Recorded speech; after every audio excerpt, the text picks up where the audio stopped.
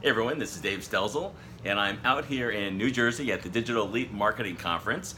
And of course, I'm the security guy, right? So I'm always talking about people getting into the security business. But this week, I'm really focused on digital marketing and marketing in general. And I had an opportunity to run into Sean Buck. So you might have heard me mention Sean before. I've mentioned him in some of my newsletters before.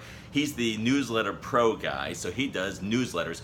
But the thing about his newsletters that makes him kind of unique is it's hard copy newsletters. And a lot of people have said, mail is dead or hard copy's dead, everything's digital, and this is a digital conference, but Sean Buck is here. And so I just wanted to mention a couple of things about newsletters that he reminded me of. So first of all, if you get my newsletter, you know it's a hard copy newsletter, and it's 8 pages long. But Sean mentioned a couple of things that I didn't know even though I do the newsletter. And I'm doing my newsletter because he inspired me to do it. When I saw his, I thought, man, that's really cool. And I could have hired him to do it for me, but my team was able to put together one that we really, really like. So we use our own. It doesn't really matter who does it for you. But here's what he said. He said the average retention on an email is about 8 seconds. But the average retention on a newsletter that's hard copy is 4 months. And this is interesting because when I get on the phone and I'm talking with people that are going through my security sales training class, which is an online self-paced training program that has some coaching built into it, when I get on the phone with these guys, one of the things I ask them is, did you get my newsletter? Because we send our newsletter out to people who are in our programs. And the average person says, yeah, I got your newsletter. But this is what's really cool. I usually ask them, where is it right now? And you know what? If it were an email, where would it be? It would be in a spam folder, it would be deleted, it'd be in an inbox that has 1,000 emails because that person never cleans out their email box, but it wouldn't be something that they had recently read.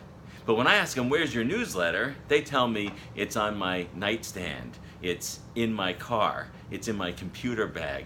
It's in some of the most amazing, it's in my bathroom. I mean, it's in places that you would never gain access to, you might not want to gain access to, but it's where people spend time, and it's got a 4-month retention.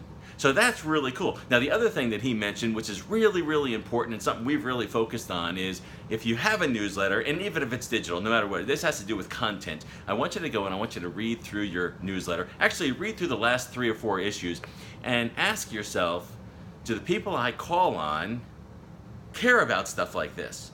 So if you've got articles about stuff like the latest Microsoft patch or the latest virus that's out there on computers, and you're calling on, say, business owners like CPAs or doctors or lawyers, they're not interested in that.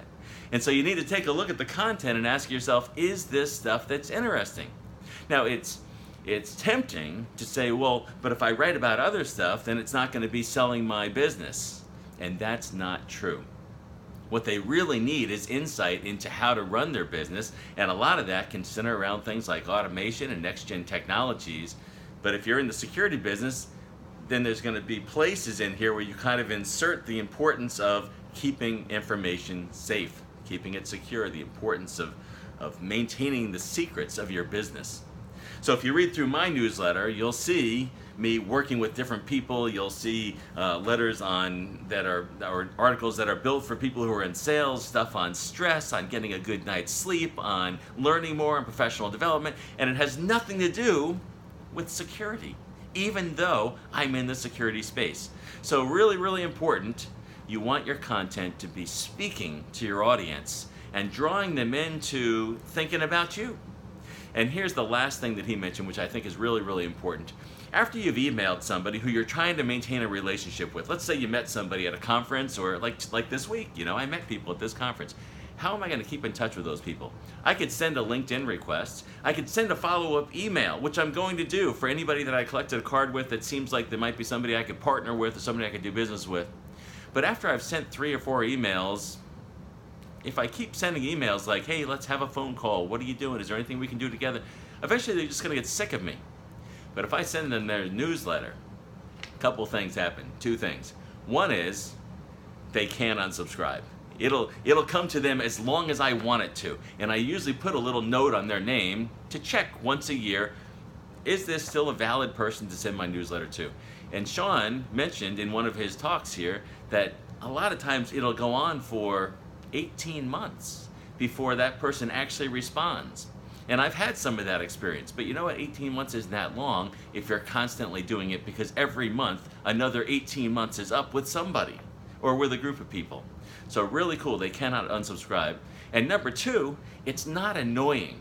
I mean, it's not annoying to get somebody's newsletter when it's hard copy. It's more annoying when it comes in email and it clutters up your inbox. But when it shows up in your mail and it's packaged nicely, you know, it's kind of interesting. And even if you don't read it, and remember the retention rate is 4 months, it's still not annoying, even if you just toss this one away. And another one will show up next week, next month, and if there's an interesting title on the front cover, chances are that person will tuck it in their computer bag, take it with them, and when they're waiting for a meeting that's late, or sitting on a train, or in an airplane, or whatever, they'll open it up and they'll start reading. And they'll remember how cool it was to meet you 4 months ago. So give it a try and see what you can do.